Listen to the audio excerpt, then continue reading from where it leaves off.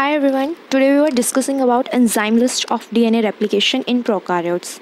But if you want to get detailed explanation on DNA replication in prokaryotes, then you must watch previous video on DNA replication in prokaryotes part 1. Here's the link is in description box. Okay, let's get started. हमने 3 process पढ़े थे DNA replication में previous video में, initiation, elongation and termination. So first we talk about initiation. Initiation क्या था? जहाँ से हमारी डीएनए रेप्लिकेशन स्टार्ट होनी है. तो उसमें हमने क्या क्या पढ़ा था? एक हमें क्या चाहिए होती है? ओरिसाइट, जहाँ से हमारी इनिशिएशन स्टार्ट होगी, मतलब डीएनए रेप्लिकेशन स्टार्ट होगी. बट इसको पहचानने के लिए हमें क्या चाहिए होता था? RSS sequence. ये क्या था? DNA a box. क्या था ये? DNA a box. क्यों था डीएनए ए बॉक्स? मतलब RRSS रेप्लिकेशन रिकॉग्निशन सीक्वेंस को डीएनए ए बॉक्स क्यों कहते हैं? बिकॉज यहाँ पर डीएनए ए प्रोटीन आकर बाइंड करता था, और वो डीएनए ए प्रोटीन किसका था? ई कोलाई का. ठीक है, तो एंजाइम्स पढ़ लेते हैं. हमारे क्या क्या? DNA A protein, DNA B protein, DNA C protein. इन सब के क्या फंक्शन था? ए क्या करता था? प्रीवियस वीडियो में बताया रखा है. ए क्या करता है? ए करता है RRS सीक्वेंस पे बाइंड करके वो क्या कर देता था? Negative super coiling. Negative super coiling से क्या होता था? ऑरिसाइट बिल्कुल कांटेक्ट में आ जाती थी और हमें ऑरिसाइट का पता चल जाता था. डीएनए बी प्रोटीन क्या करता है? ATP प्रोवाइड करता है. ATP प्रोवाइड क्यों करता है? क्योंकि रेप्लिकेशन को फर्दर एनर्जी चाहिए प्रोसीड करने के लिए. ठीक है, ये ATP तो प्रोवाइड कर देता है, बट ये इटसेल्फ लोड नहीं हो पाता. कहाँ पर? ओरिसाइट पर. तो ये क्या करता है? ये डीएनए सी के साथ कंबाइन होकर हेक्सामेरिक कॉम्प्लेक्स बनाता है. और हेक्सामेरिक कॉम्प्लेक्स कैसा होता है? क्या शो करता है? वो हेलिकेज एक्टिविटी. ठीक है, उसके बाद आते हैं, जब वो हेलिकेज एक्टिविटी शो कर रहा होता है, हाइड्रोजन बॉन्ड टूट रहे होते हैं, अनवाइंड हो रहे होते हैं, तो उस चीज़ को स्टेबलाइज करने के लिए, उस स्ट्रैंड को स्टेबलाइज करने के लिए हमें क्या चाहिए होता है? Single strand binding protein, SSBP. ये क्या करते हैं? ये अनवाइंड स्ट्रैंड के साथ जाके बाइंड कर जाते हैं और उसको रीवाइंड होने से रोकते हैं. क्या करते हैं? प्रिवेंट करते हैं फ्रॉम रीवाइंडिंग. अब अगर जैसे हमारी स्ट्रैंड है, ये यहाँ से स्ट्रेच हो रही है और ये यहाँ से स्ट्रेच हो रही है और यहाँ से बॉन्ड टूट रहे हैं, तो जब ये टूट रहे हैं तो यहाँ पर सुपर कॉइलिंग हो जाएगी. सेम ऐसे रोप के केस में, रोप एक जनरल एग्जांपल है. जब रोप को दोनों साइड से खींचते हैं तो नीचे वाली साइड ज़्यादा टेंशन क्रिएट होती है. तो उस चीज़ को कौन ठीक करेगा? उसको ठीक करेगा हमारा टोपोआइसोमरेज. टोपोआइसोमरेज मैं प्रीवियस वीडियो में बता चुकी हूँ. 2 टाइप के होते हैं, टाइप 1 एंड टाइप 2. वो फर्दर आगे 2 टाइप्स के होते हैं जो कट एंड रिसील करते हैं. डिफरेंस क्या होता है सिंगल और डबल स्ट्रैंड का, कि कौन सा सिंगल पे कर रहा है और कौन सा डबल पे कर रहा है. टोपोआइसोमरेज 1 सिंगल स्ट्रैंड को कट और रिसील करता है, एंड टोपोआइसोमरेज 2 डबल स्ट्रैंड को कट और रिसील करता है. उसके बाद जो हमारे इसमें यूज़ होगा, गलत हो गया ग्रेड, ये है गायरेज एंजाइम. टोपोआइसोमरेज कौन सा यूज़ कर रहे हैं? गायरेज. और ये गायरेज कौन सा आता है? टोपोआइसोमरेज 2 टाइप है. कौन सा टाइप का है? ये सेकेंड टाइप का है, जो डबल स्ट्रैंड को करता है, क्योंकि हमें डबल स्ट्रैंड में कट और रिसील करना है ताकि हम उसे क्या कर दें? रिलैक्स फॉर्म में कर दें. ओके, ये देख लेना, ये नाम है गायरेज, GYRASC, गायरेज. ओके, उसके बाद क्या आता है हमारा? RNA primer. RNA प्राइमर कौन सा लिया हमने? DNA G. ये है हमारे RNA प्राइमेस का एग्जाम्पल. DNA G यहाँ पे हमने यूज़ करा है. जब तक हमारा यहाँ बाइंड होता है, DNA A, B, C hexameric complex form होता है और वो लोड होता है ओरिसाइट पे, SSBP प्रोटीन अटैच होते हैं अनवाइंड DNA स्ट्रैंड से, टोपोआइसोमरेज रिलैक्स करता है. ये सारा क्या बनाता है हमारा? रेप्लिसोम. ठीक है, लेकिन जैसे ही इसमें प्राइमर ऐड होता है रेप्लिसोम के साथ, रेप्लिसोम प्लस प्राइमर क्या बनाता है? प्राइमोसोम. ओके, तो अब तक हमने क्या पढ़ा? हमें क्या चाहिए इनिशिएशन के लिए? Ori site, RRS sequence. एंजाइम्स कौन से चाहिए? DNA A protein, B protein, C protein. ये दोनों क्या बना लेंगे? हेक्सामेरिक कॉम्प्लेक्स. हेक्सामेरिक कॉम्प्लेक्स के बाद क्या प्रॉब्लम आएगी? वो अनवाइंड स्ट्रैंड दोबारा रिवाइंड ना हो, इसलिए हमें चाहिए SSB protein, single strand binding protein. उसके बाद इसकी वजह से टेंशन क्रिएट होगी, तो हमें क्या चाहिए? टोपोआइसोमरेज. कौन सा टोपोआइसोमरेज? Gyrase enzyme. उसके बाद ये सारा क्या बन जाएगा? ये बन गया रेप्लिसोम बन गया. रेप्लिसोम के बाद अब ये रेप्लिसोम बन गया. अब इसमें आके प्राइमर जुड़ेगा, कौन सा? DNA G enzyme. ये प्राइमेस जुड़ने के बाद क्या बन जाएगा? ये सारा प्राइमोसोम. ओके, नेक्स्ट है हमारा जो प्राइमर है, मतलब प्राइमेस एंजाइम है DNA G. ये रहा DNA G एंजाइम. इसमें क्या होता है? DNA B पढ़ चुके हैं हम, DNA C पढ़ चुके हैं. T क्या करता है? हेल्प करता है DNA B और C को प्राइमोसोम के साथ करने में. जो हमारा प्राइमेस एंजाइम होगा वो फर्दर किसका बना होता है? सब यूनिट्स का. उसमें क्या क्या सब यूनिट्स हैं?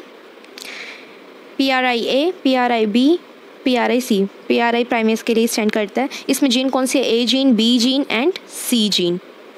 क्या करते हैं ये हेलिकेज को 3 to 5 मूवमेंट प्रोवाइड करने के बाद साइट रिकॉग्निशन, मतलब क्या होता है यहाँ पे जहाँ से हेलिकेज हमारा, जैसे ये स्ट्रैंड है, एक मिनट ये देखो, जैसे ये स्ट्रैंड है और यहाँ फॉग बन गई, बाकी ये दोबारा अनवाइंड है। हेलिकेज एक्टिविटी यहाँ हो रही है तभी तो यहाँ से खुल रहा है, या इधर लगा लो, अगर हेलिकेज एक्टिविटी यहाँ हो रही है तो ये वाली अनवाइंड करेगा स्ट्रैंड।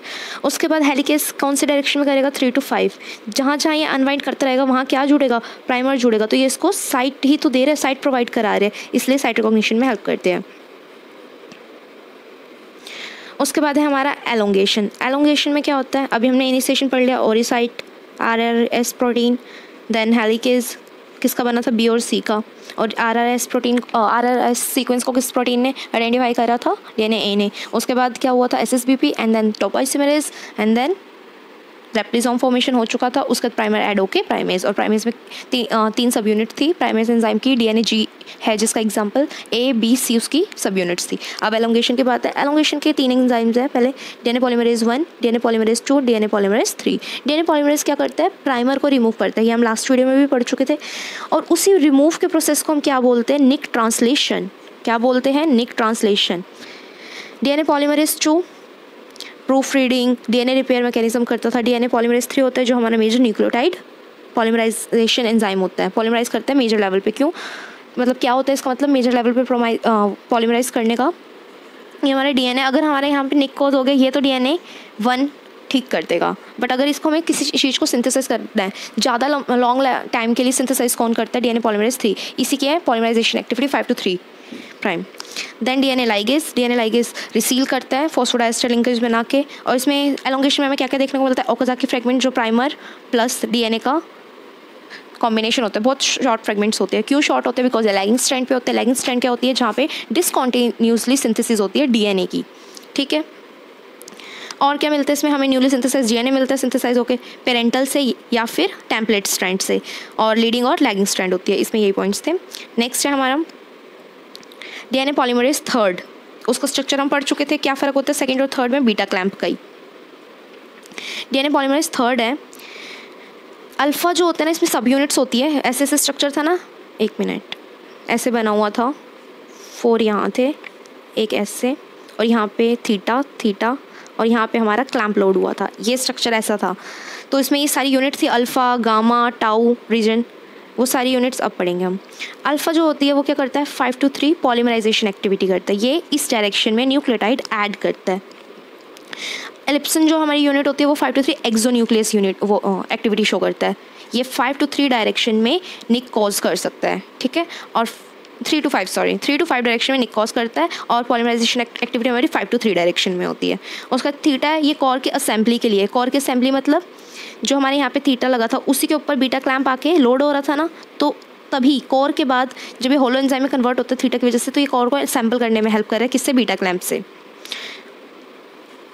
तो ये तीनों क्या हुए हमारे कोर एंजाइम है। क्यों कोर एंजाइम है, क्योंकि अब तक इस पर बीटा क्लैंप लॉड नहीं हुआ है, जिसमें स्लाइडिंग प्रोटीन मिलता है जो DNA पॉलीमरेज को होल्ड करके रखता है।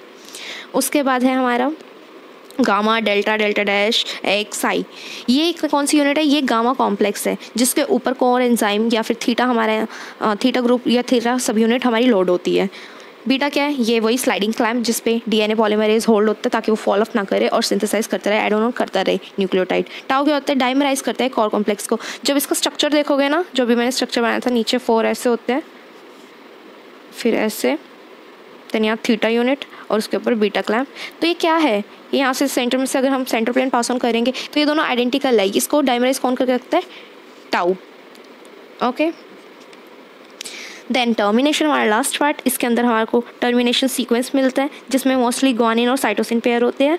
इसके अंदर एक प्रोटीन मिलता है टर्स साइट पे, क्या, टर्स प्रोटीन। टर्स साइट का मतलब क्या, टर्मिनेशन, टर्स प्रोटीन का फुल फॉर्म क्या है, TUS, termination utilization sequence, okay.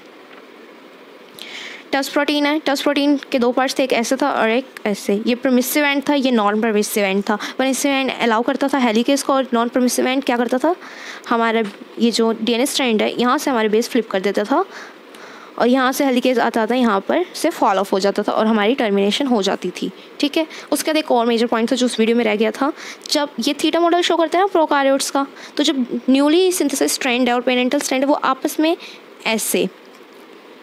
ऐसे रिंग फॉर्म में आपस में लिंक्ड होती है। तो इसी स्ट्रक्चर को हम क्या बोलते हैं? कैटनेन। कैटनेन क्या होता है? जब भी दो रिंग आपस में लिंक हो टुगेदर, ठीक है। तो इनको सेपरेट करने के लिए अब क्या आएगा? फिर से टॉपॉइसमेरेस सेकंड आएगा, और सेकंड का कौन सा? टाइप 2 जो था वो भी 2 पार्ट्स में था ना, थर्ड ए एंड फोर्थ ए। तो जो टाइप 2 का फोर्थ ए एंजाइम है वो टॉपॉइसोमेरेस क्या करता है? इन दोनों को सेपरेट करता है, सेपरेट करके अलग अलग डीएनए बना देता है। इसमें भी एक पेरेंटल स्ट्रैंड होती है और एक न्यूली सिंथेसाइज, और इसमें भी एक पेरेंटल होती है और एक newly synthesize. Okay, I hope you like the video.